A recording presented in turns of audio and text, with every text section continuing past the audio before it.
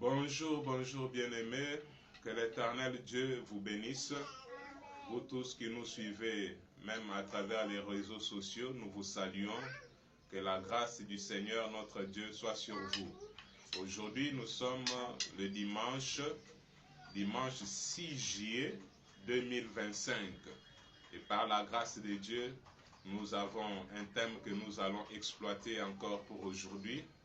Et notre thème dit « L'Éternel est mon berger ». C'est ça notre thème que nous allons exploiter ce dimanche. Et ce thème est tiré du livre des Psaumes de David, chapitre 23. Psaume de David, chapitre 23. On va nous aider par notre lectrice. Elle va nous lire tous les chapitres et ça va nous aider pour commencer notre prédication de ce matin. Nous écoutons la lecture de la parole. Cantique de David. L'Éternel est mon berger, je ne manquerai de rien. Il me fait reposer dans de verts pâturages, il me dirige près des eaux paisibles. Il restaure mon âme, il me conduit dans le sanctuaire de la justice. À cause de son nom, quand je marche dans la vallée de l'ombre de la mort, je ne crains aucun mal, car tu es avec moi. Ta houlette et ton bâton me rassurent. Tu dresses devant moi une table en face de mes adversaires. Tu remplis ma tête et ma coupe de bord. Oui, le bonheur et la grâce m'accompagneront tout le jour de ma vie.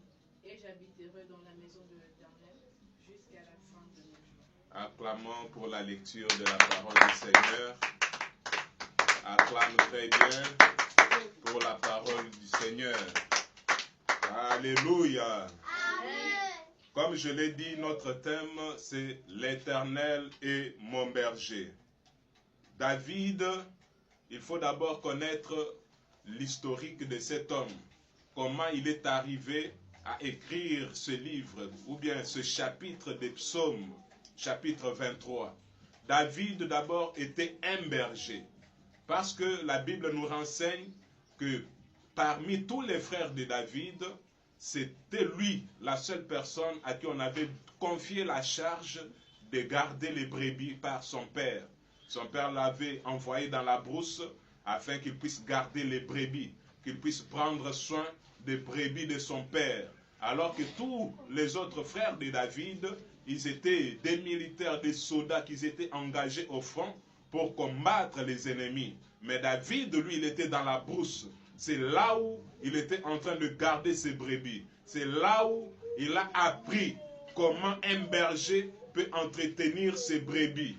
Et maintenant, David, à part ce rôle d'un brebis, ou bien le travail qu'il faisait en tant que berger, David aussi, il était un homme de guerre. Parce que la Bible nous montre, au moment où David a quitté la brousse, il est parti rejoindre ses frères au front. Et là, on nous montre encore que David était un guerrier. Parce qu'il s'est mis à combattre contre Goliath. David a vaincu Goliath. Et durant toute sa vie, même quand il est devenu roi, David, c'est quelqu'un qui était habitué au combat. C'est quelqu'un qui se battait beaucoup. Il a fait plusieurs guerres dans sa vie. Et il a aussi connu beaucoup de combats. Même ses enfants s'étaient soulevés pour le combattre. Les enfants de David, on peut parler de Roboam. C'est lui qui s'est levé pour lui chasser du trône, pour prendre le trône de son père. Donc David a connu beaucoup de combats, beaucoup de guerres. Il a connu beaucoup d'ennemis dans sa vie. Mais malgré tous ces combats-là, David, plusieurs fois, il était toujours vainqueur. Il sortait toujours victorieux. C'est-à-dire que malgré qu'il avait beaucoup d'ennemis, mais c'est l'Éternel qui l'a gardé devant tous ces ennemis-là. L'Éternel l'a protégé dans toutes ces guerres-là pour lui donner la victoire, pour qu'il puisse toujours sortir vainqueur. C'est en connaissant toutes ces choses-là, en passant par toutes ces étapes-là, que David est arrivé au point d'écrire ce psaume. Il a conclu que l'Éternel était son berger. Il a compris que c'est l'Éternel qui veillait sur lui. Amen, amen. Amen. Et un berger, c'est quelqu'un qui prend soin des brebis, comme je venais de le dire tantôt dans mon introduction. Et le berger dont je suis venu te parler ce matin, je ne te parle pas du berger humain comme était David. Mais aujourd'hui, je te parle d'un berger qui est plus que le berger humain. Ce berger-là, c'est l'Éternel des armées. David dit que l'Éternel est mon berger. Il n'a pas parlé de son père biologique. Il n'a pas dit que c'était son père qui l'a gardé. Il n'a pas dit que c'était sa mère qui l'a protégé. Il n'a pas dit qu'il avait des fétiches sur lui. David, il n'avait pas de protection. Il n'avait pas de gris-gris sur son corps. Mais David, il a conclu pour dire que c'était l'Éternel des armées qui était son berger. C'était l'Éternel des armées qui l'avait protégé. C'est lui qui prenait soin de lui. C'était l'Éternel des armées qui a pris soin de lui depuis son enfance jusqu'à l'âge adulte. L'Éternel l'a gardé, l'Éternel l'a protégé. Bien-aimé, ce matin, je suis venu parler à une personne qui a des combats dans sa vie, une personne qui a plusieurs ennemis dans sa vie. Laisse-moi te dire, bien-aimé, tel que tu es là, que tu sois conscient ou bien inconscient, que tu le saches ou bien que tu ne le saches pas, tu as des adversaires, tu as l'opposition, tu as des ennemis dans ta vie. Même dans ta famille, il y a des gens qui ne veulent pas ton existence. Il y a des gens qui ne sont pas contents quand toi tu es en bonne santé. Il y a des gens qui ne sont pas contents de voir tes enfants, de voir que tu es en train de prospérer dans tes activités. Il y a des gens bien-aimés qui s'élèvent chaque nuit. Au moment où toi tu dors, ils s'élèvent pour te combattre. Ils s'élèvent pour venir combattre tes enfants. Ils s'élèvent pour jeter de mauvais sorts dans ta vie. Bien-aimé, si l'Éternel ne garde pas, bien-aimé, laisse-moi te dire que tu serais déjà compté parmi ceux-là qui descendent dans la fosse. Si l'Éternel ne veillait pas sur ta maison, si l'Éternel ne veillait pas sur ta famille, vous seriez déjà compté aussi parmi ceux-là qui sont morts. Vous seriez compté parmi ceux-là qui sont à l'hôpital. Si tu es en vie ce matin, c'est parce que tu as un berger, parce que tu as une personne qui prend soin de toi. Et cette personne-là, ce n'est pas ton père. Cette personne-là, ce n'est pas ta mère. Et la personne dont je te parle ce matin, celui qui est le berger de ta vie, c'est l'Éternel des armées. Acclamons pour la gloire de notre Seigneur. Acclame très bien pour le roi de rois. Là où tu es bien-aimé, tu as un seul berger. Et cet homme-là, c'est l'Éternel des armées. C'est lui qui veille sur ta vie. C'est lui qui protège ta famille. C'est l'Éternel qui veille sur tes activités. C'est l'Éternel des armées qui veille et protège tes biens. Il n'y a que l'Éternel qui peut te protéger, bien-aimé. David, il est arrivé à ce niveau-là. Il a regardé combien de fois il était combattu dans sa vie. Combien de fois il a eu des guerres, des combats, des oppositions. Mais il est toujours sorti vainqueur de toutes ces situations. C'est pourquoi il a conclu pour dire que l'Éternel est mon berger. Je ne manquerai de rien. L'Éternel est mon L'Éternel est mon berger. David, il a conclu en disant que l'Éternel était son berger parce que l'Éternel l'a protégé, l'Éternel l'a gardé dans beaucoup de combats. Tout comme toi, bien-aimé, comme tu marches là, il faut avoir cette assurance-là. Il faut être sûr que tu es avec quelqu'un qui te protège. Il faut être sûr, partout où tu peux te retrouver, qu'il y a une personne qui veille sur ta vie. Il ne faut jamais avoir peur, bien-aimé. Un chrétien, c'est une personne qui est sûre de son Dieu. Il est sûr de la protection de son Dieu. Il connaît que malgré les combats, malgré les difficultés, il sera toujours vainqueur. Que l'Éternel ne peut jamais l'abandonner. Que l'Éternel ne laissera jamais ses ennemis le vaincre. Partout où tu marches, bien-aimé. C'est pourquoi David, si tu lis les psaumes bien-aimés, David exprime la certitude, l'assurance qu'il avait en son Dieu. Partout où tu peux lire les psaumes, tu sentiras vraiment que David était un homme qui était sûr de son Dieu. Il dit, dans ce chapitre, il dit quoi encore? Il dit, l'Éternel est mon berger, je ne manquerai de rien. Amen, amen. Il est sûr que si l'Éternel le garde, il ne manquera de rien dans sa vie. Bien-aimé, tel que tu es là, il faut avoir cette assurance que si Dieu te garde, Si l'Éternel est ton berger, tu ne manqueras de rien. Tu ne peux manquer quelque chose dans ta vie, bien-aimé. Comme l'Éternel est ton berger, il prendra soin de toi. Et pour bien comprendre ça, nous allons faire un peu le parallélisme entre le berger humain et le berger divin qui est l'Éternel des armées. Regardez, bien-aimé, un berger humain, quand il a ses brebis, il prend soin de ses brebis. La première des choses, le berger va tout faire pour rechercher de la nourriture, pour amener à ses brebis. Le berger humain, il fait tout. Même si nous sommes pendant la saison sèche, lui, il va se rassurer. Il se lève très tôt le matin. Même à 4 heures, lui, il est déjà dehors. Il va dans la brousse pour aller chercher les herbes qu'il va amener pour ses brebis. Il prend soin de ses brebis, de sorte que chaque jour, les brebis puissent toujours avoir de quoi se nourrir. Il fait tout son effort, même si il n'est pas tout près d'une source d'eau. Le berger va tout faire. Il peut même aller à des kilomètres, porter de l'eau dans des seaux, dans des cruches, pour amener afin d'abreuver ses brebis. C'est ça le rôle d'un berger. Un berger, il ne peut pas rester bras croisés et regardant ses brebis qui sont en train de rechercher la nourriture. Ils manquent de quoi manger, ils manquent de l'eau à boire, ils vont maigrir. Non, un brebis il ne peut pas être comme ça. C'est comme ça avec notre berger, l'Éternel des armées. Bien-aimé, si l'Éternel est ton berger, tu ne manqueras de rien. Tu ne manqueras pas de quoi manger. Tu ne manqueras pas de quoi se vêtir. Si l'Éternel est ton berger, bien-aimé, tu ne manqueras pas même la maternité. Tu auras des enfants. Tu ne manqueras pas même les voyages. Tu feras des voyages, bien-aimé. Si l'Éternel est ton berger, tu ne manqueras de rien.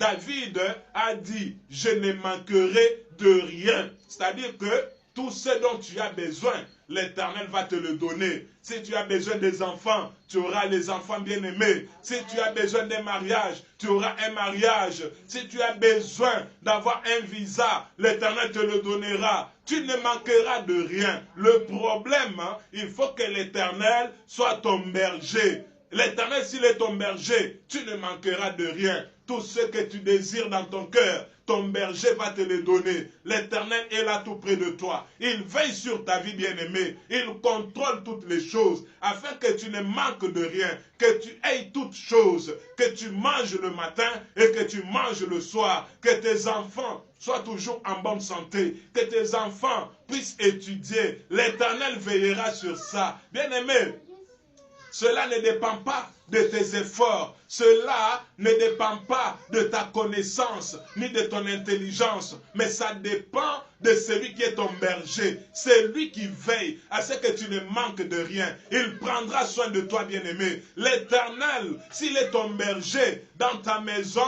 tu ne manqueras de rien. Tu auras toutes choses.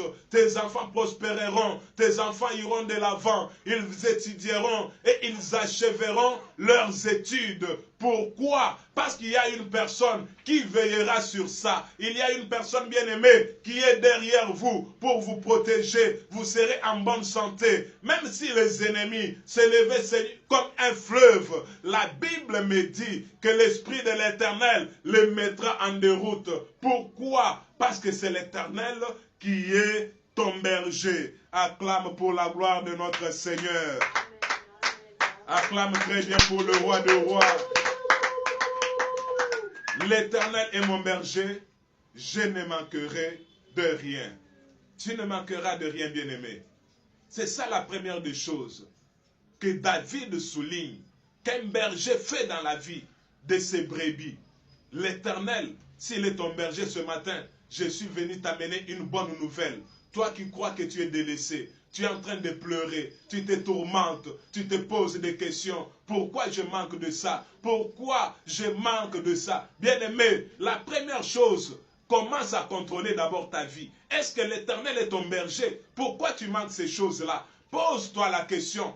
Est-ce que l'Éternel est ton berger? Et s'il est ton berger, je suis venu te rassurer. Si l'Éternel est ton berger, tu ne manqueras de rien. Il va te donner ce que tu cherches là. Bien-aimé, exprime tes besoins devant ton berger. parle-lui, recherche l'Éternel, prie, fais des jeûnes de prière, consulte Dieu afin que l'Éternel sache de quoi tu as besoin. Et quand il le verra, il t'accordera, bien-aimé, ce que ton cœur désire.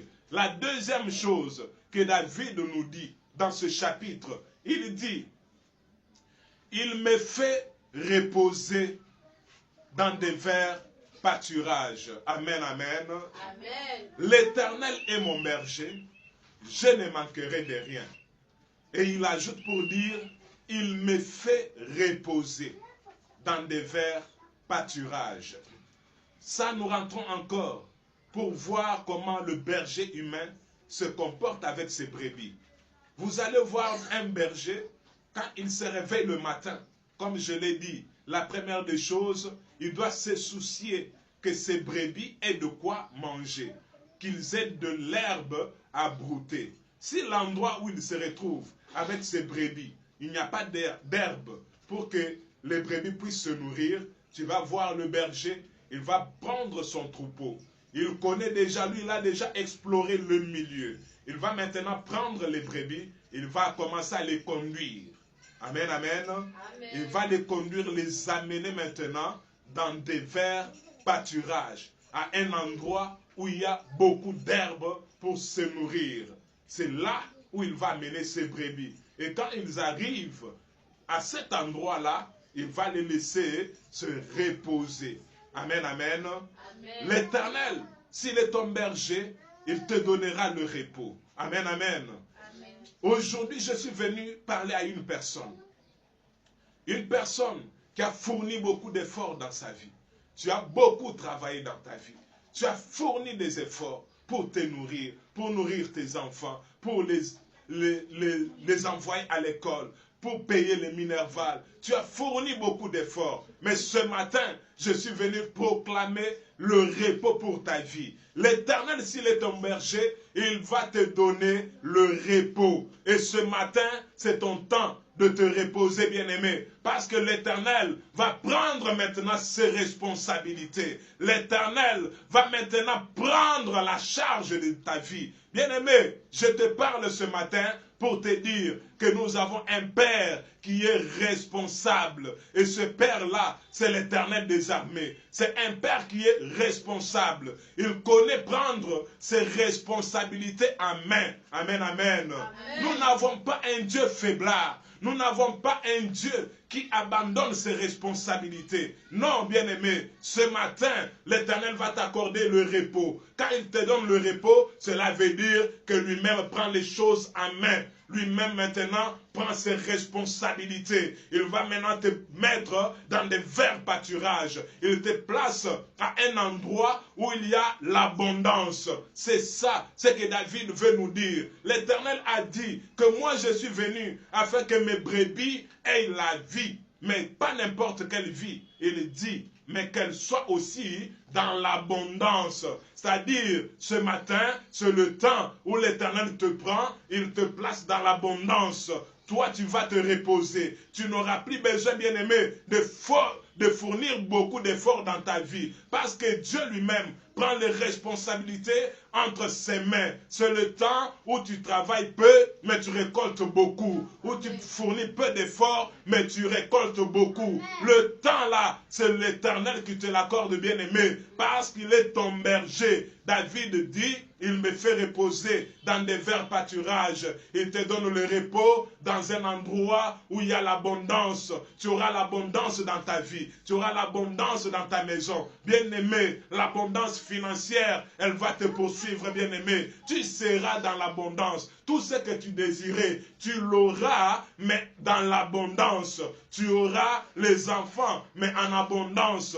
Bien-aimé, même si tu as fait des années dans ton mariage, tu n'as pas d'enfant. Tu as fait 10 ans, tu as fait 12 ans. Ne te fatigue pas, bien-aimé, parce que nous avons un Dieu qui s'est décidé maintenant de t'accorder le repos. L'Éternel des armées a pris les choses en main. Il va te donner l'abondance. Tu auras les enfants le matin. Tu feras les enfants à midi. Bien-aimé, tu vas faire un échelon, ou bien les enfants vont se succéder. Ils auront même un écart d'une année. Tu vas faire l'accélération dans ta vie. Tu auras des doublés, tu auras des triplés. Parce que l'Éternel a pris la décision de te donner le repos. Dis Amen au nom de Jésus-Christ.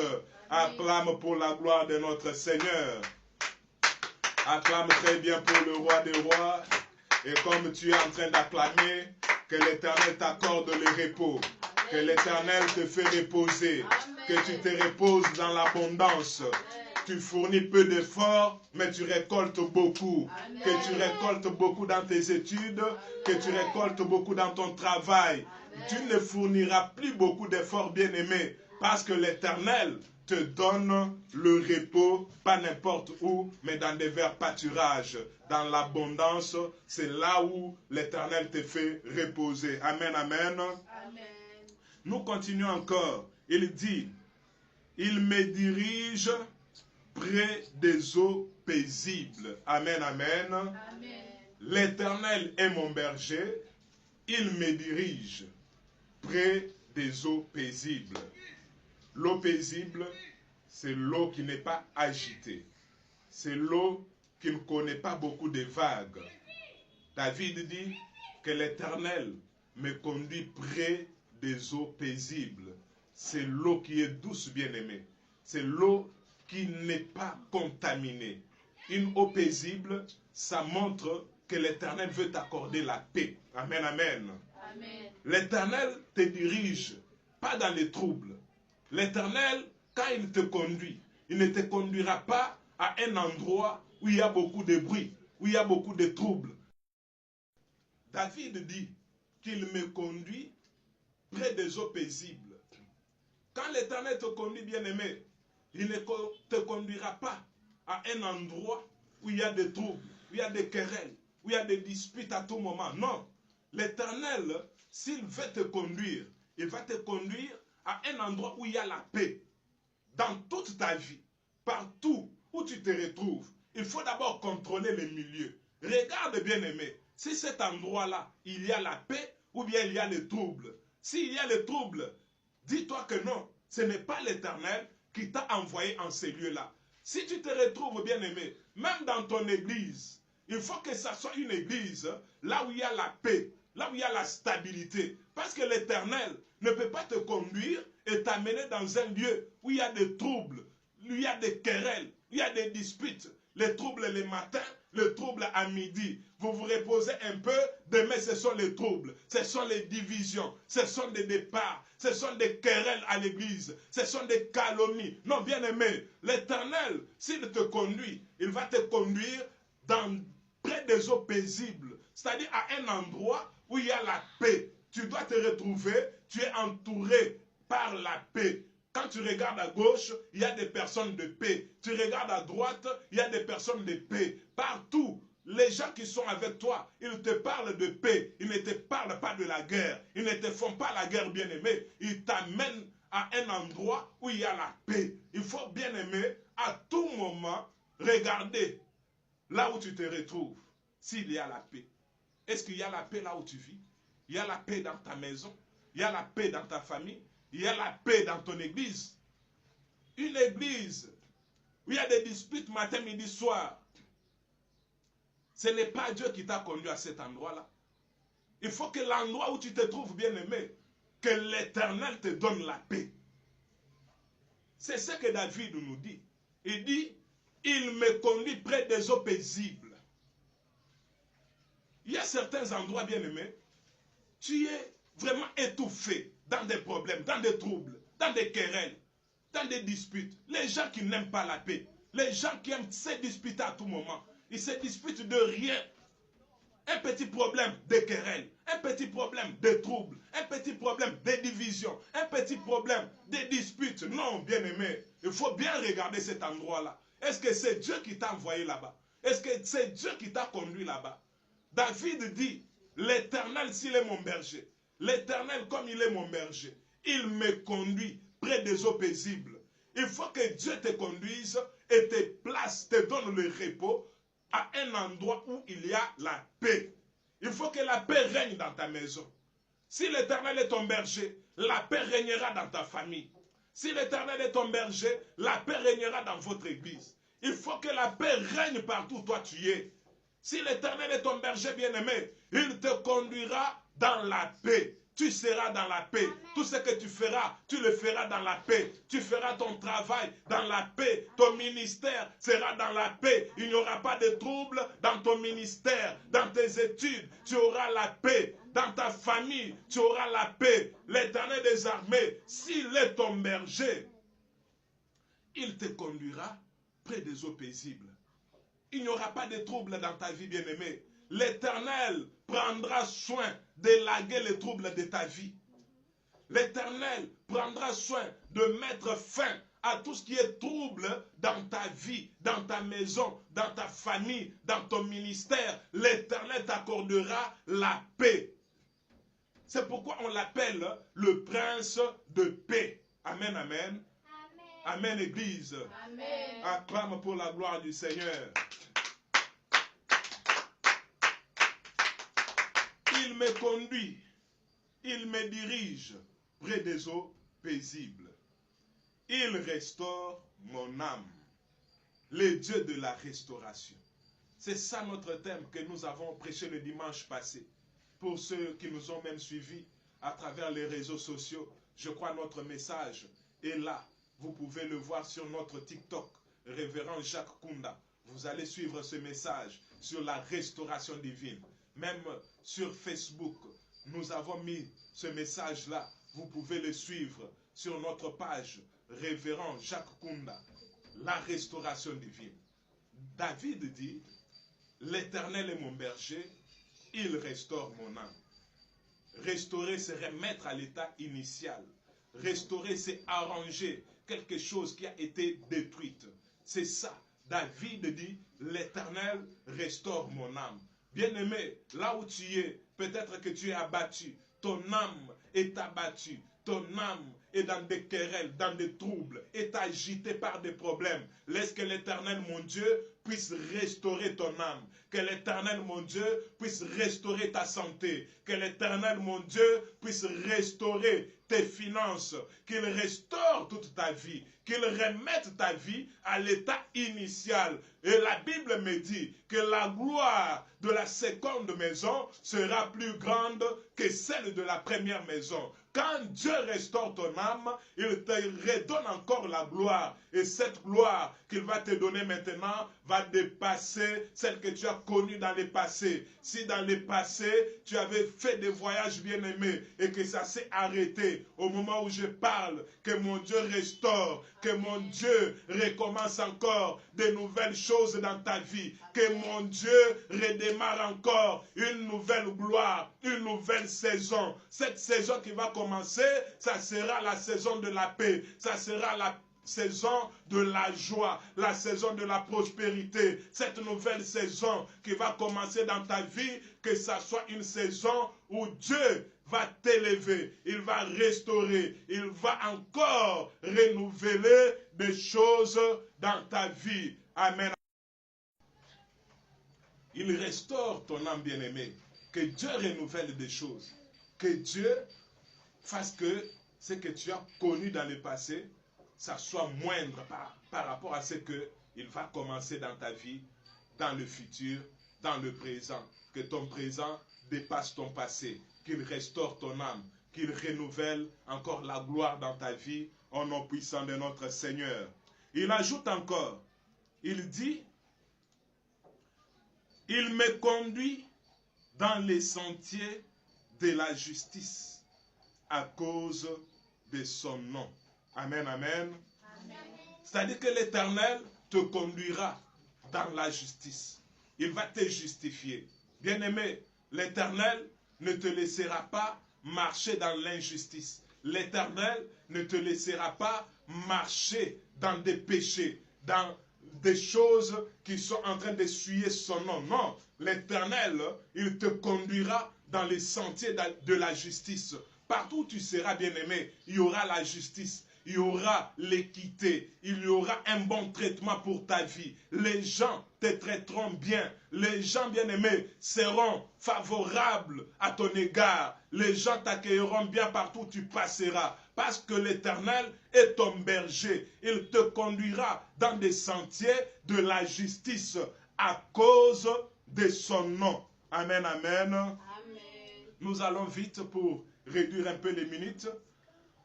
Et nous allons sauter au dernier verset qui dit, oui, le bonheur et la grâce m'accompagneront tous les jours de ma vie. Et j'habiterai dans la maison de l'Éternel jusqu'à la fin de mes jours. Oui, le bonheur et la grâce m'accompagneront tous les jours de ma vie. Lui, il a dit, m'accompagneront. Mais moi, ce matin, je t'ai dit, oui, le bonheur et la grâce t'accompagnent tous les jours de ta vie. Que le bonheur et la grâce marchent avec toi. Tu seras heureux dans ta vie, bien-aimé. Tu connaîtras le bonheur. La phrase commence avec une affirmation. Il dit oui, c'est une affirmation. Bien-aimé, quand Dieu dit oui, personne ne peut dire non. Si Dieu dit oui pour ton mariage, même si les sorciers de ta famille se levaient pour te combattre, Dieu a déjà dit oui. Et ce que lui a dit, personne ne peut l'effacer. Ce que Dieu a déjà écrit sur ta vie, personne ne peut le contredire. Il a dit oui, et ça sera oui. Personne ne dira non, bien-aimé, à ton mariage. Personne ne dira non à ton élévation. Personne ne dira non à ta prospérité. Personne ne dira non à ton succès. Personne ne dira non à ton élévation. Personne ne dira non à ce que Dieu a déjà écrit. Ce qui est écrit, bien-aimé, est déjà écrit. L'Éternel a dit oui. Et quand lui, il dit oui, personne ne dit non. La Bible me dit, quand lui, il ouvre, personne ne peut fermer. Quand lui, il ferme, personne ne peut ouvrir. Et ce matin, l'Éternel est venu pour ouvrir des portes dans ta vie. Les portes qui ont été longtemps fermées. L'Éternel est venu pour ouvrir ces portes-là. Il a dit oui, tu seras élevé. Il a dit oui, tu connaîtras le succès dans ton ministère. Ton ministère bien-aimé sera glorieux. L'Éternel a dit oui, je suis venu dire à une personne, oui, le bonheur t'accompagne, tu marcheras heureux, tu seras heureux bien-aimé dans ta famille. L'Éternel a dit oui, que tu sois heureux bien-aimé. Il dit que la grâce aussi, pas seulement le bonheur, mais aussi la grâce sera avec toi. La grâce, c'est une faveur imméritée. La grâce de Dieu sera sur ta vie. Oui, le bonheur et la grâce seront avec toi. Ça marchera avec toi. Tu marcheras dans le bonheur. Tu seras heureux. Tu t'endormiras dans le bonheur. Et la grâce de Dieu te localisera. Tu marcheras sous la grâce divine. Une grâce, c'est quelque chose qu'on te donne gratuitement. C'est une faveur qui est imméritée. Le Dieu que je te prêche, bien-aimé, c'est un Dieu de la grâce. Dieu prend les gens qui ne sont pas qualifiés et qualifie ces gens-là. Dieu n'a pas besoin de gens qui réussissent par leur mérite. Et si dans ta vie, bien-aimé, tu es une personne qui échouait, ce matin, que la grâce de Dieu te localise, que la grâce de Dieu commence à marcher avec toi, que la grâce de Dieu te fasse prospérer, que la grâce de Dieu te fasse entrer dans des lieux où toi tu ne pouvais pas accéder. Que la grâce de Dieu te fasse arriver dans des pays que tes parents n'ont jamais foulé les pieds. La grâce, si elle est avec toi, bien-aimé, tu feras des choses dont les hommes ne s'attendaient pas. Tu feras un ministère glorieux. Un ministère, quand les gens regarderont, ils diront certainement, ça, c'est le doigt de Dieu. La grâce de Dieu, c'est une faveur imméritée. Nous, là, bien-aimés, nous sommes des gens qui ne méritaient rien, des gens rejetés, qui n'avaient pas de valeur. Mais Dieu, par sa grâce, il nous a choisis, il nous a pris, il a fait de nous ses serviteurs. C'est pourquoi je te parle à toi qui étais rejeté, qui n'avait pas de valeur. Que la grâce de mon Dieu te localise là où tu es. La grâce de Dieu prend des gens rejetés. Comme Mephibosheth, il était à Lodébar. La grâce l'a localisé et a fait de Mephibosheth une personne qui pouvait entrer dans le palais royal. La grâce va souvent dans des familles qui n'ont pas de griffes, dans des familles qui ne sont pas connues. C'est dans ces familles-là que Dieu prend des personnes et fait de ces genres de personnes des piliers pour leur famille. Au moment où je parle, que la grâce de Dieu commence à localiser une personne. Là où tu es, si c'est toi bien-aimé, tu vas incliner ta tête dans la prière. Tu vas dire, c'est moi, que la grâce te localise, que Dieu te voie là où tu es, même à travers les réseaux sociaux. Commence à prier, bien-aimé, que la grâce de Dieu commence à te localiser. Là où tu es, que la grâce de Dieu te sort du célibat, que la grâce de Dieu te sort de la stérilité, que la grâce de Dieu te sort de l'échec, que la grâce de Dieu te sort là où tu es, bien-aimé, dans l'anonymat, que la grâce de Dieu fasse à ce que le monde parle de toi. Dieu est capable, bien-aimé. Le Dieu que je te prêche, s'il est ton berger, il est capable de faire de toi une référence dans ce pays, une référence dans ta famille. Le Dieu que je te prêche, c'est le Dieu de Jephthé, une personne rejetée par ses frères et sœurs. On l'a rejeté, il est parti, il s'est retrouvé à Tob. Mais à Tob, dans la souffrance où il était, la grâce est venue le localiser. Et la grâce a fait de Jephthé le chef de sa famille. Que cette grâce-là te localise ce matin. Et nous arrivons à la fin de notre message. Tu vas t'incliner dans la prière, bien-aimé. Tu vas demander à l'Éternel d'être ton berger.